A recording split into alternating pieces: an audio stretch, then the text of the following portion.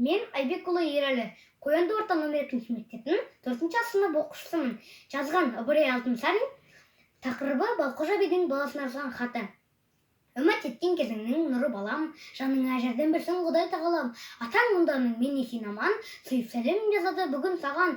Атаңды сағындым деп асығасың, сабаққа көңіл берсең басыласың.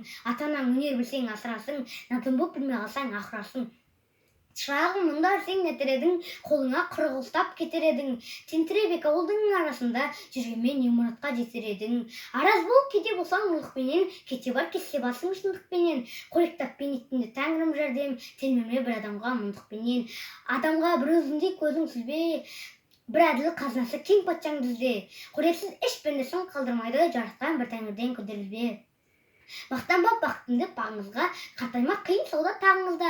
Іске аспай бақтылардың қалу оңай, басыңнан бағың тайған шағыңызда. Мақтанба сұлумын деп ажарыңа, ажарсыз адамдарды ал назарыңа. Зылиха Жүсіппенен сұлу өткен, тұрмаған ажар ажалына.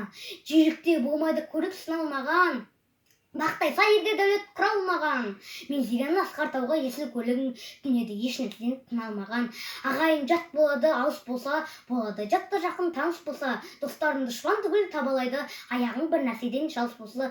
Асылы залымдардың лайланады, дүниені маған десең шыр айналды. Үй түрі жақсыға да жаманға да, қылмағы біраз алал Құдайданды.